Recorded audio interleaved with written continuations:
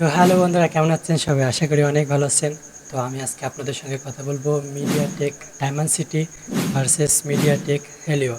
দুটো একই কোম্পানির প্রসেসর, কিন্তু এর মধ্যে অনেক পার্থক্য আছে। আপনি কোন প্রসেসরটা বেশি নেবেন বা আপনার জন্য কোনটি পারফেক্ট হতে পারে, সেটা আজকের ভিডিওতে কথা বলবো। তো বেশি কথা না বাড়ি চলুন শুরু করা যাক। মিডিয়াটেকের হেলিও আর ডায়মেনসিটি দুটি খুবই জনপ্রিয় একটি প্রসেসর, কিন্তু অনেকেই বুঝতে পারে না কোনটি নেবে, এই হেলিও নেবে নাকি ডায়মেনসিটি নেবে। তো সেটাই আজকে আমি বলে দেবো আপনাদেরকে, আপনি কোনটা নেবেন। তো প্রথমে আসি, এই চিপসেটগুলো প্রসেস কিভাবে হয় বা প্রসেসিং পদ্ধতিটা কেমন।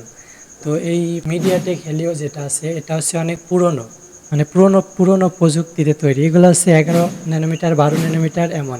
নতুন আধুনিক এসেছে সেটা হচ্ছে মিডিয়াটেক হেলিও G99 যেটা আছে, এটা শুধু 6 ন্যানোমিটার পর্যন্ত এসেছে।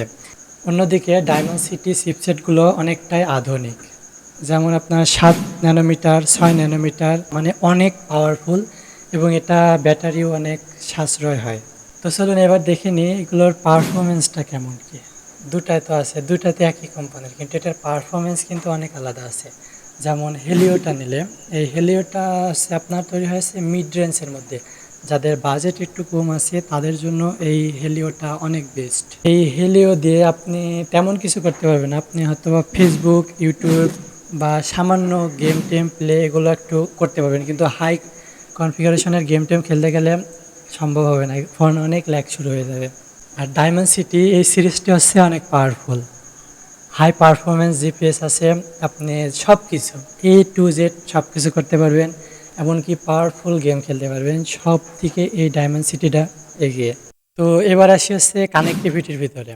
তো এই হেলিও সিরিজটা আপনার 4G ভিত্তিক, এটাতে পুরনো, মানে সব কিছুই পুরনো, ব্লুটুথ কানেকশন, পুরনো ওয়াইফাই 5 এগুলো 4G পর্যন্ত এটা সাপোর্ট করে। হেলিওটা 5G পর্যন্ত এখনও যেতে পারেনি। আর এদিকে ডায়মেনসিটির প্রায় সকল মডেলে, যেমন ডায়মেনসিটি 6000 আছে, 7000, 8000 এগুলো আছে না, এই সকল মডেলেই প্রায় 5G সাপোর্ট করে।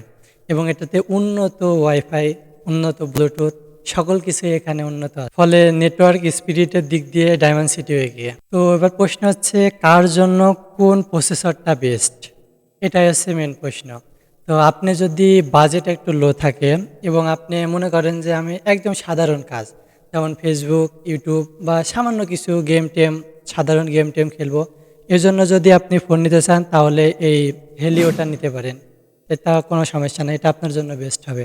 আর আপনি যদি চান যে একেবারে পাওয়ারফুল, মানে অনেক ভালো চলতে হবে গেম টেম সকল কিছু, এবং উন্নত 5G সাপোর্ট করতে হবে, ভালো ব্লুটুথ হতে হবে, এইসব যদি পেতে চান তাহলে অবশ্যই আপনার জন্য ডায়মেনসিটিটা বেস্ট। তো এখন পছন্দ হচ্ছে আপনার, আপনি কি কাজে লাগাতে পারবেন ফোনটা বা কি কাজের জন্য ফোনটা নিতে চাচ্ছেন সে অনুযায়ী নেবেন। আপনি গেম খেললে একটা নেবেন, আপনি যদি সাধারণ কাজ করেন তাহলে আরেকটা নেবেন। তো আপনার যেমন পছন্দ আপনি তেমনটাই নেবেন। তো এটাই ছিল আজকের ভিডিও। যদি ভালো লাগে টুকুস করে একটি লাইক দিয়ে দিন, আর যদি এরকম ভিডিও পেতে চান তাহলে সাবস্ক্রাইব করে পাশে থাকা বেল আইকনটি ক্লিক করুন, যাতে এরকম ভিডিও সর্বপ্রথম আপনার কাছে পৌঁছে যায়। তো পরবর্তী ভিডিও আপলোড করা পর্যন্ত ভালো থাকবেন, সুস্থ থাকবেন। আল্লাহ হাফেজ।